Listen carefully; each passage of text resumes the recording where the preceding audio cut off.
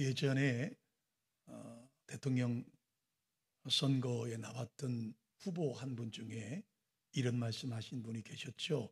아마 여러분 아실 거라 생각이 되는데, 국민 여러분 지금 행복하십니까? 살림살이 좀 나아지셨습니까? 여러분 기억나시죠? 예, 여러분에게 제가 오늘 묻습니다. 여러분, 드림가족 여러분 행복하십니까? 살림살이가 좀 나아지셨습니까? 이건 이제 개그맨들이 많이 흉내를 냈던 모습이기도 합니다. 오늘 저는 갑자기 이 말씀이 떠올랐어요. 국민 여러분 행복하십니까? 살림살이 나아지셨습니까? 지난 11시 2부 예배에 제가 통영에 있는 욕기도라는 섬에 설교 초대를 받아서 부득불 영상을 운전하면서 영상 예배로 영상을 우리 교회 밖에 나가서 영상을 지켜봤습니다. 제가 그 먼 거리를 한 3시간 반, 4시간 걸려서 그 항에 도착했는데요. 감시 제가 계속적으로 마음에 다짐한 게 있어요. 다음 주에 교회 가면 성도들에게 큰절을 한번 해야 되겠다. 왜냐하면 고속도로가 꽉 차가지고요. 그런데 여러분이 여기 오신 게 얼마나 감사해요. 여러분에게 하나님의 축복이 임재하시기를 주님의 이름으로 축원합니다. 제가 여러분 큰절을 그렇게 하는 거예요. 여러분, 교육가인 페스탈로치는 이런 이야기를 남겼습니다. 이 세상에는 여러 가지 기쁨이 있는데 그 가운데 가장 빛나는 기쁨은 가정의 웃음이다 라는 말을 남겼어요. 여러분, 세상에는 많은 기쁨이 있을 수 있죠. 그런데 그 가운데 가장 빛나는 기쁨은 가정에서 나오는 웃음이라고 하는 것이죠. 오늘 우리 장로님께서 오늘 어린이 주일이라고 기도하셨는데 일부 예배 때도 제가 가슴이 찔렸어요. 왜냐하면 오늘 저는 설교를 아버지에 관해서 설교를 하거든요. 어린이 주일이라고 하는 이 주일날 왜 제가 이 설교를 준비했느냐 하면 어린이 주일도 물론 우리에게 중요하고 소중하죠. 오늘 우리 헌금송에 우리 아이들이 나와서 찬양을 할 텐데요. 근데 아버지를 한번 생각해 보게 됐어요. 아버지. 이 시대의 우리 아버지들을 생각해 보게 됐어요. 건강한 가정을 만들기 위해서는 아버지가 바로 써야 돼요. 여러분, 건강한 가정을 만들기 위해서는 물론 아버지 역할도 중요하고 어머니 역할도 중요하고 자녀 역할도 중요하지만 저는 오늘 이 설교에서 고넬료를 통해서 여러분에게 가장의 모습이 어떤 모습인지를 한번 떠올려 보려고 그래요. 여러분, 2017년을 기억하시나요? 2017년도 어떤 일이 있었는지 여러분 기억나십니까? IMF 전국이었습니다. 많은 아버지들이 직장에서 원치 않게 쫓겨났습니다. 많은 기업이 무너졌습니다. 많은 가정이 와해됐습니다. 많은 가장들이 스스로 목숨을 끊었습니다. 그게 2017년도 IMF의 모습이에요.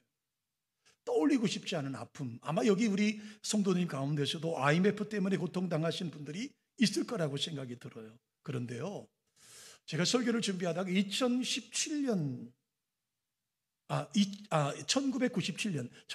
IMF 2007년이 아니고 1997년도 1월 달에 한 신문에 나온 글을 찾게 되었죠.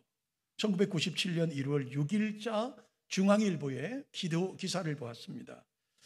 바로 여러분, 그렇게 가정이 와해되고 가장들이 목숨을 끊고 어려움 겪으면서 우리나라의 가장의 위치, 가장의 존재를 다시 한번 떠올리게 됐고 드디어 전국 아버지 연합회라고 하는 연합회가 조직됐다는 겁니다. 이게 중앙일보에 나왔던 기사인데요. 이 전국 아버지 연합회라고 하는 이 아버지 연합회에서 아버지 헌장을 발표했습니다. 그러니까 이 시대에 아버지에게 의무만이 강조된 사회 편견을 깨기 위해서 아버지들도 물론 책임도 있고 의무를 져야 하지만 아버지들도 행복을 추구할 권리가 있다라고 하는 사실을 발표한 것이죠. 그래서 이것을 행복 추구권이라고 이름을 지었다는 것이죠. 그 전문을 여러분에게 소개해 드리려고 합니다. 한번 띄워주실까요? 첫 번째는요, 아버지 헌장의 첫 번째는 아버지는 가족의 생계와 행복을 위하여 힘써야 됩니다. 그게 아버지 역할이에요. 그러나 가족은 이를 인정하고 협조해야 된다. 아울러 자녀와 배우자를 보호하며 정신적 지주로서 참된 가정이 되어야 된다. 이것이 아버지 헌장의 1조에 나와 있는 이야기입니다. 두 번째는요, 아버지는 자녀들이 건전한 자아를 가진 성숙한 인간으로 발달할 수 있도록 적절한 환경과 기회를 제공해야 된다. 또한 올바른 가치관과 행동을 지키며 자녀 양육과 교육의 공동 책임자로서의 그 본분을 다해야 된다. 이게 아버지 헌장의 두 번째 나와 있는 이야기예요. 세 번째는 아버지는 그 가족 중심에서 벗어나 다른 어린이들에게도 애정을 가져야 하는데, 그리고 지역사회 발전에도 힘을 쓰고 효와 평등과 그리고 협동 등을 토대로 한 공동체 문화를 이끌어가야 할 책임이 아버지에게 있다라고 하는 겁니다.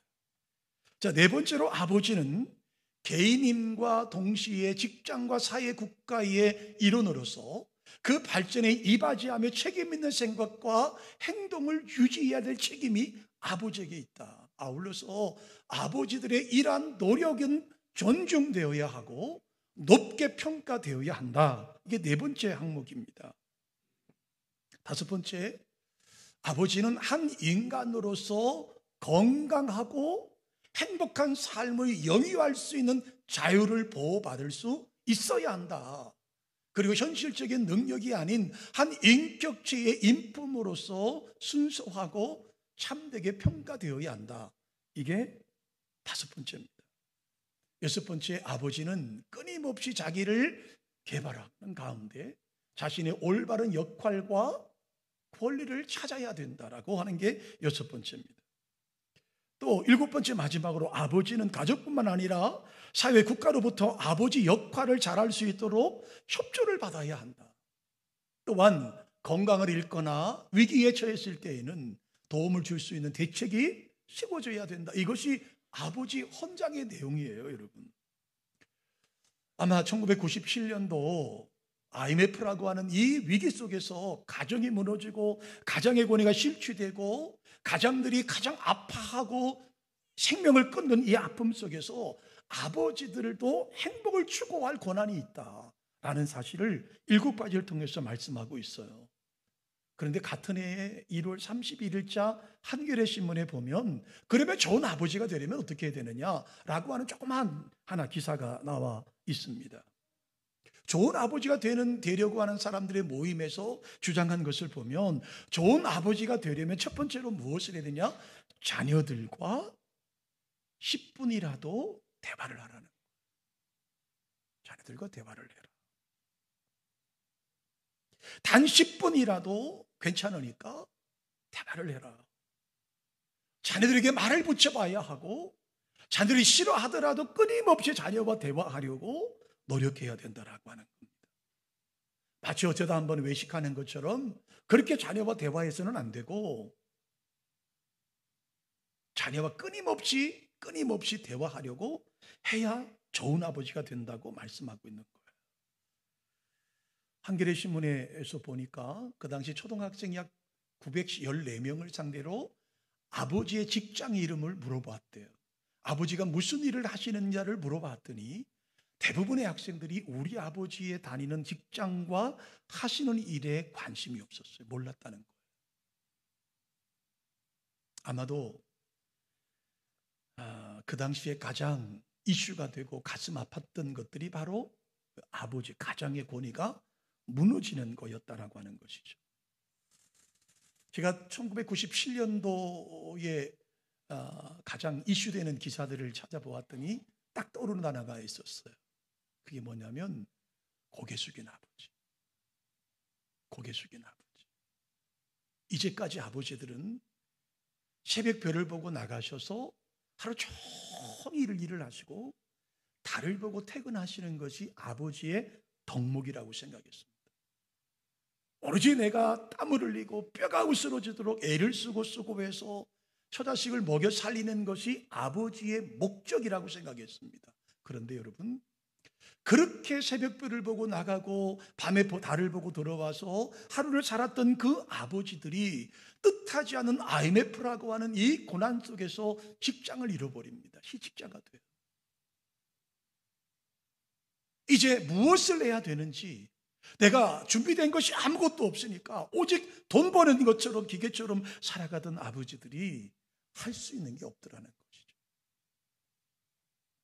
여기에서 패러다임이 바뀌었습니다. 이제까지의 아버지, 이제까지의 가장, 이제까지의 가정의 역할이 그저 열심히 해서 돈 벌어오는 것이 전부였다면, IMF라고 하는 이 고난을 겪으면서 아버지 역할이 바뀌어지게 되더라는 것이죠. 저는 오늘 여러분에게 두 가지의 거룩한 부담을 질문으로 안겨드리고 말씀을 풀어가려고 합니다. 첫 번째, 우리의 자녀들이 궁극적으로 하나님으로부터 어떠한 평가를 받고 있는가를 오늘 한번 생각해 보자는 겁니다. 우리의 자녀들이 하나님으로부터 어떤 평가를 받고 있을까? 내 자녀가. 저도 아들이 둘이 있습니다. 동일하게 말씀을 준비하면서 우리의 두 아들이, 우리의 자녀들이 하나님으로부터 어떠한 평가를 듣고 있을까를 한번 생각해 보자고요. 두 번째, 우리의 가정은 얼마나 건강한가? 오늘 이 말씀 속에서 우리의 가정은 얼마나 건강한지를 진단해 보자고요. 우리의 자녀가 하나님 앞에 어떠한 대접을, 어떠한 평가를 받느냐라고 하는 것과, 그리고 내가 속한 우리 가정, 넓게는 우리 교회, 우리 사회, 우리 국가가 얼마나 건강하고 있느냐를 한번 말씀을 통해서 체크해 보려고 합니다. 첫 번째로 1997년 IMF 때 가장 이슈됐던, 그리고 가장 많은 단어가 뭔지 아세요? 고개 숙인 아버지. 고개 숙인 아버지. 그런데 여러분, 성경에도 고개 숙인 아버지가 두 분을 소개할 수 있습니다. 여러분을 여러분 소개하겠지만, 할 수 있겠지만 두 분을 소개하려고 그래요. 첫 번째는 여러분 아브라함입니다. 아브라함도 믿음의 조상이고 믿음의 신실한 삶을 살았던 분이었지만, 그분에게도 고개 숙였던 아버지의 부끄러운 자화상이 있습니다. 자, 아브라함은 하나님의 명령에 따라서 아내와 함께 본토 친척 아버지 집을 떠나서 알지 못하는 곳으로 갔던 믿음의 결단이 있었던 아버지였습니다. 그 가정에 아픔이 있죠. 하나님께서 75세에 주시겠다고 하는 아들의 약속을 아무리 기다려도 응답이 없어요. 그랬더니 아내가, 사라가 남편에게 여보, 하나님이 약속하셨다면 꼭 나를 통하지 않고도 날 수 있지 않을까? 자, 우리의 풍습과 관습에 의하면 내 여종을 취해서 아들 낳는 것도 내가 낳는 것과 같으니 그렇게 한번 해보자. 믿음의 가장인 아브라함은 이 말에 넘어갑니다. 그리고 하갈을 취하죠. 그리고 그들의 기대대로 아들을 낳습니다. 그 아들이 이스마엘이죠. 그런데 뜻하지 않는 고난을 겪습니다. 과거 몸종이었던, 사라의 몸종이었던 하갈이 자기 여주인이 낳지 못했던 아들을 낳는 순간부터 역전돼 버리고 말았습니다.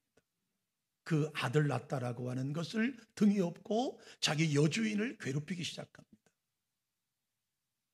결국 이것이 폭발돼서 사라가 남편인 아브라함을 찾아옵니다. 그리고 아브라함에게 투정을 벌이죠. 당신 때문에 내가 이게 뭐냐, 당신 때문에 이게 이 가정이 이게 뭐냐라고 말합니다. 그때 여러분 보세요. 아브라함이 어떻게 했어야 됩니까? 이 문제를 해결해야 되지 않겠습니까? 그런데 이렇게 말합니다. 사라에게 여보, 당신의 몸종이지 않아. 당신 마음대로 해. 당신 마음대로 해. 어떡하죠? 사라에 의해서 하갈은 쫓겨나는 신세가 됩니다. 하나님의 약속을 믿고 따랐고 하란을 떠나서 가나안으로 갔던 그 가족을 이끌었던 그 아버지의 당당한 모습은 온데간데 사라져버리고 무책임한 고개 숙인 아버지의 모습이 여기 담겨 있습니다. 그렇게 당당하던 아버지 모습은 온데간데 사라져버리고 무책임하고 비굴한 모습이 아닐 수 없게 되죠. 여러분, 가장이 자기의 책임을 다하고 제대로 이행하지 못하면 그 가정은 혼란을 겪을 수밖에 없는 것이죠. 또다시 고개를 숙인 적이 또 있습니다. 그들이 살아가던 가나안 땅에 가뭄이 들었습니다. 어쩔 수 없이 애굽 땅으로 피신하게 됐죠. 그때도 피곤한 아버지의 모습을 보입니다. 아내에게 말합니다. 여보, 내가 보기에 당신은 너무 예뻐. 내가 애굽에 내려가면 당신 때문에 내가 죽임을 당할 수 있으니 이렇게 하자. 우리 부부라는 사이 이야기하지 말고 당신을 내 여동생이라고 내가 소개할 테니까 당신도 어디 가서 나를 여보라고 부르지 말고 오빠라 불러라. 여러분, 그대로 애굽에 가서 그렇게 해서 아내를 빼앗기지 않습니까? 하나님이 간섭하지 않으셨다면 이 가정은 풍지박산 될 수밖에 없는 상황이 될 수밖에 없었을 겁니다. 그런데 이렇게 하갈의 문제와 애굽에 가서 자기 아내를 누이 동생이라고 말할 때 아브라함의 가장의 그 비굴함과 비열함과 무책임한 모습 속에서 발견되는 하나가 있습니다. 그게 뭐냐 하면, 여러분, 아브라함은 믿음의 가정입니다. 믿음의 소망입니다. 우리의 믿음의 원조이기도 하죠. 그는 늘 하나님과 대화했습니다. 하나님께 여쭤봤습니다. 하나님에게 항상 여쭤봤어요. 그런데 이 두 사건에는 하나님과 기도가 빠졌어요. 하갈이 힘들게 할 때 하나님, 내가 어떻게 지혜롭게 이 문제를 풀어갈까요? 라고 물으셨어야 됩니다. 애굽에 내려갈 때도 하나님께 여쭤봤어야 됩니다. 그런데 그것을 하지 못했어요. 결과적으로 그는 고개 숙인 아버지가 무책임하고 비굴한 아버지로 남을 수밖에 없었던 것이죠. 또 한 사람 고개 숙인 아버지를 소개하면 엘리 제사장이었을 것입니다. 그는 자식 교육을 잘못 시켰기 때문에 고개 숙인 아버지로 일평생을 살았습니다. 그리고 마지막 불행하게 일생을 마감했던 사람이 바로 엘리 제사장입니다. 여러분, 우리가 잘 아시는 그 두 아들 흠니와 비느하스가 있지 않습니까? 이들은 아버지가 제사장이라고 하는 그 직위를 이용해서 악을 행했습니다. 본래 여러분, 하나님 앞에 제사를 드리면 하나님 앞에 먼저 제물을 드리고 나서 제사장들이 고기를 취할 수 있었습니다. 근데 흠니와 비느하스 그렇게 하지 않죠. 하나님에게 드리기 전에 이미 좋은 고기를 취해서 우리가 먹었습니다. 뿐만 아니라 더 큰 죄악도 있었죠. 그들은 회막에서 수종들은 여종들을 성착취했습니다. 문제는 이 사실을 아들들이 하나님께 드리는 제물을 미리 취한 것도 아버지 엘리는 알았고, 수종문에서 수종들은 여인들을 성적인 행위를 벌인 그들의 행위를 아버지는 알았습니다. 그럼 아버지는 어떻게 했어야 될까요? 우리의 기대와 정반대로 엘리의 아버지는 못 본 척한 것으로 마감하려고 했습니다. 못 본 척, 모른 척. 결국 어떻게 되었습니까? 하나님의 진노를 샀고 엘리의 두 아들은 하나님의 법궤를 가지고 블레셋과의 전투에 참석했다가 둘이 동시에 죽임을 당하죠. 그리고 하나님의 법궤를 빼앗깁니다. 그리고 엘리 제사장도 결국 자기 아들들이 죽었다는 소식을 듣고 놀라서 넘어지면서 목뼈가 부러져서 비참하게 죽임을 당합니다. 아버지의 책임을 다하지 못했던 부끄러운 고개 숙인 아버지의 부끄러운 한 단면을 엘리가 우리 가운데 보여주고 있습니다. 그러므로 여러분, 1997년도에 있었던 고개 숙인 아버지 상은 결코 우리에게 바람직한 아버지 상은 아닐 것입니다. 왜냐하면 곧 그것은 가정의 불행으로 연결되고 있음을 볼 수 있기 때문입니다. 여러분, 이제까지 아버지 역할은 어떤 역할이었습니까? 돈 벌어오는 역할. 그저 목숨 걸고 생명 걸고 땀 흘려 쓰고 한 그 아버지들의 노력을 폄훼해서는 안 되죠. 폄하해서는 안 됩니다.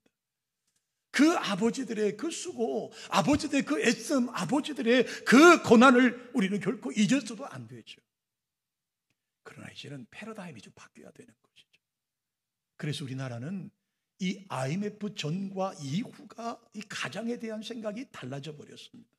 이제까지는 아버지는 돈 벌어오는 사람, 이제까지 아버지는 땀 흘려 쓰고 하는 사람, 가정의 자녀들의 교육은 엄마에게 맡기고 아내에게 맡기고 아버지는 그저 땀 흘리고 쓰고 하는 사람들로 살았다면, 이 IMF라고 하는 고난을 통해서 아버지가 어떤 아버지여야 하는지, 어떻게 성경적으로 아버지가 맞는 것인지를 생각했습니다.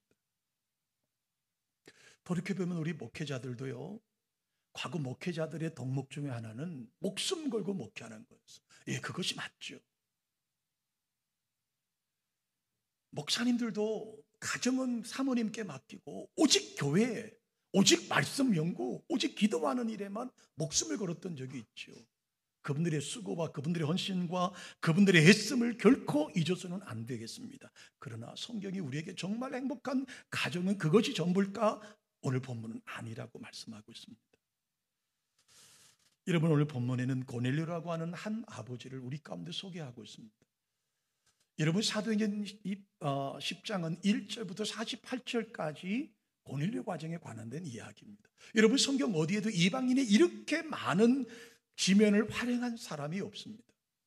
여러분, 성경의 백부장이 선한 사람으로 소개되는 장면이 여러 군데 있습니다. 첫 번째로 여러분, 마태복음 8장에 보면 한 백부장이 주님을 찾아옵니다. 백부장의 집에 그 하인이 병이 걸린 거예요. 이 백부장이 주님을 찾아와서 주님에게 이렇게 말합니다. 주님, 저희 집에 오시는 거 감당하지 못하겠으니 여기서 말씀하시면 내 하인이 병이 나을 줄로 내가 믿습니다. 백부장의 고백입니다. 여러분, 백부장이 어떤 사람이죠? 이탈리아 부대, 로마 군인의 100명의 정예 부대를 이끌어가는 군인 장교였어요. 여러분, 지금 예수님은 피지배 국가, 식민지 국가의 한 사람에 불과한 겁니다. 그에게 와서 고백을 하는 겁니다. 그래서 주님께서 마태복음 8장에 보면 뭐라고 말씀하시냐면, 내가 이스라엘 사람들 중에 이만한 믿음을 본 적이 없다고 말합니다. 그러니까 이스라엘 땅에 가장 믿음의 첫 번째 고백한 사람이 누구냐? 백부장입니다. 자, 마가복음 15장에 보면 예수님의 사형 집행을 책임졌던 백부장이 나옵니다.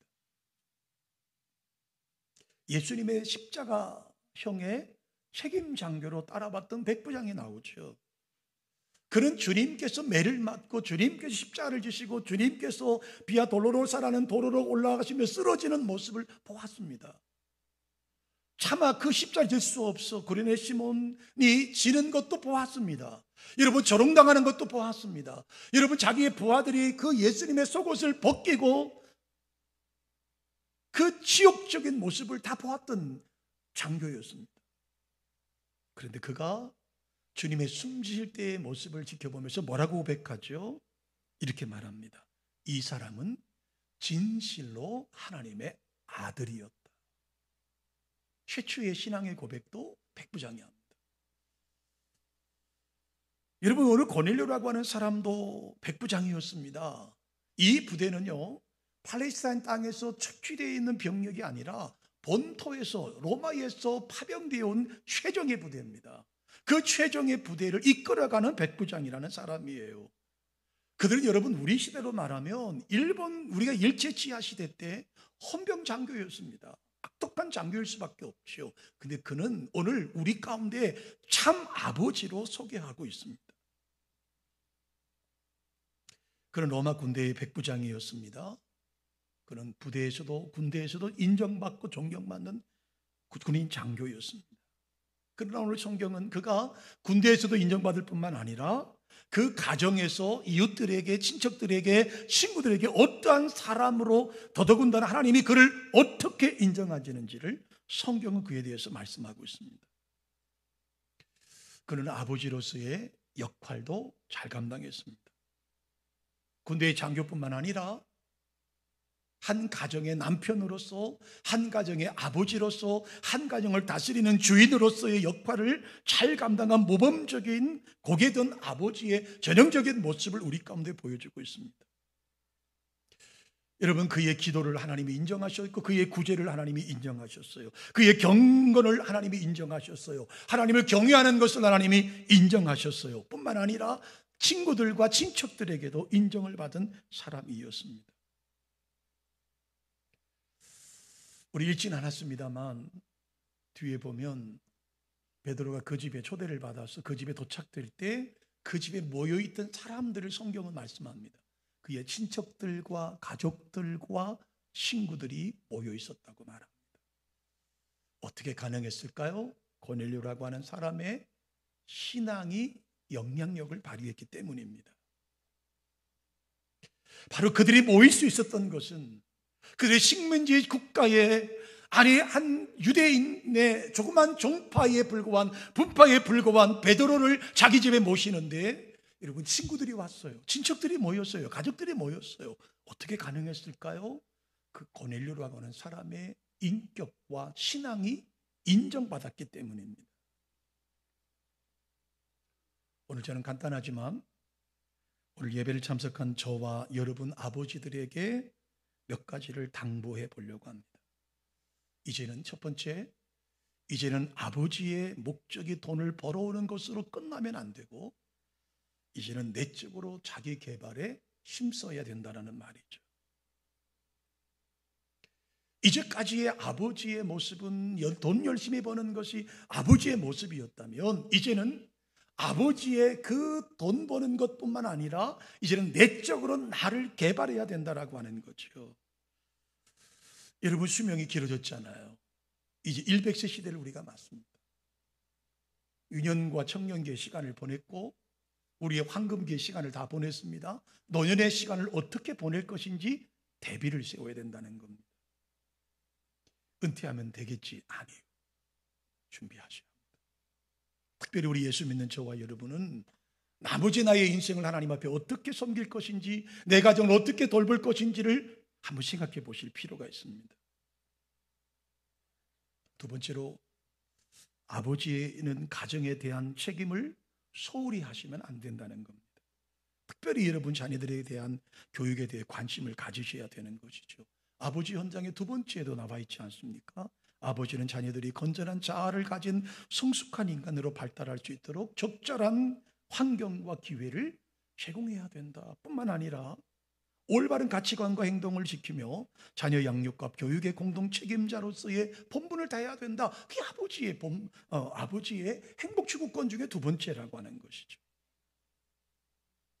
고넬료가 자기 가족뿐만 아니라 친척과 친구들까지 신앙을 권유로 이끌어갔던 것처럼 오늘 우리도 우리의 가정과 우리의 친구들과 우리 이웃들에게 거룩한 복음의 영향력을 발휘하는 아버지가 되셔야 된다는 겁니다. 세 번째로, 이젠 국한된 가정이 국한된 것이 아니라 사회에 눈을 돌리셔야 된다는 거예요. 여러분, 고넬료는 구제에 열심이었던 사람이었습니다. 하나님이 그것을 인정하셨어요. 이제 저와 여러분도 교회에서만 관점을 좀 돌리셔야 됩니다. 이제 우리 가정, 우리 새끼들만이 아니라 우리의 이웃, 우리의 자녀, 우리의 거룩한 이웃들에게 관심을 가져야 된다라고 하는 사실이죠. 우리 사랑하는 성도 여러분, 과거 우리의 부모님들은 돈만 벌어오면 되는 것이라 생각했습니다. 그것이 아버지의 덕목 중에 가장 컸습니다. 물론 그분들의 헌신과 그분들의 땀과 그분들의 수고가 이 나라를 여기까지 만들어 왔을 거라고 생각합니다. 저는 어제 우리 빗길에 비량에 가서 예배를 인도했습니다. 우리 이돈 장로님의 큰 누님이셨던 이돈욱 집사님이 돌아가셨어요. 88세 돌아가셨는데, 여러분 오늘 주보를 맨 앞장을 보시면 우리 30년 전의 사진이 거기에 실려 있는데, 그 사진에 등을 돌리고 있는, 예배를 바깥 주택에서 등을 돌리고 앉아있는 부부가 아마 보이실 겁니다. 그분이 돌아가셨어요. 이분이 저희 교회를 오랫동안 섬기시다가 부득불 이사를 가셨고 또 병환 때문에 요양원에 오랫동안 계시다가 지난 목요일 날 운명하셨어요. 여러분 80대가 넘으신 어른들의 장례를 치르러 갈 때마다 고백하는 한 고백이 있습니다. 그분들의 수고, 그분들의 애씀, 그분들의 시대를 결코 폄하해서는 안 되겠다. 그 가난이 무엇인지, 육남매라는 자식을 낳아서 목숨을 걸고 자녀들을 먹이는 것이 부모님의 사명으로 알았던 분들 아닙니까? 그분들은 교회도 그렇게 섬기셨어요. 가정을 목숨처럼 보호했던 것처럼 그분들이 섬기는 교회도 그렇게 섬기셨어요. 첫 번째 예배당을 치실 때 남편 되시는, 지금은 고인 되셨습니다만, 이순재 집사님도 지교회 매일마다 출근하셔서 그 멀리 당감동에서 여기까지 오셨어요. 교통이나 편했습니까? 그 당시엔 버스도 몇 대 없었던 양상문 시절 아닙니까? 매일마다 오셔서 들증을 등에 메고 자갈을 퍼 나르시고 모래를 퍼 나르셨어요. 그렇게 교회를 섬기셨어요. 그때는 50대밖에 되지 않으셨던 그 집사님께서 저에게 늘 말씀하셨어요. 목사님, 나 죽으면 목사님이 장례 치러야 돼요.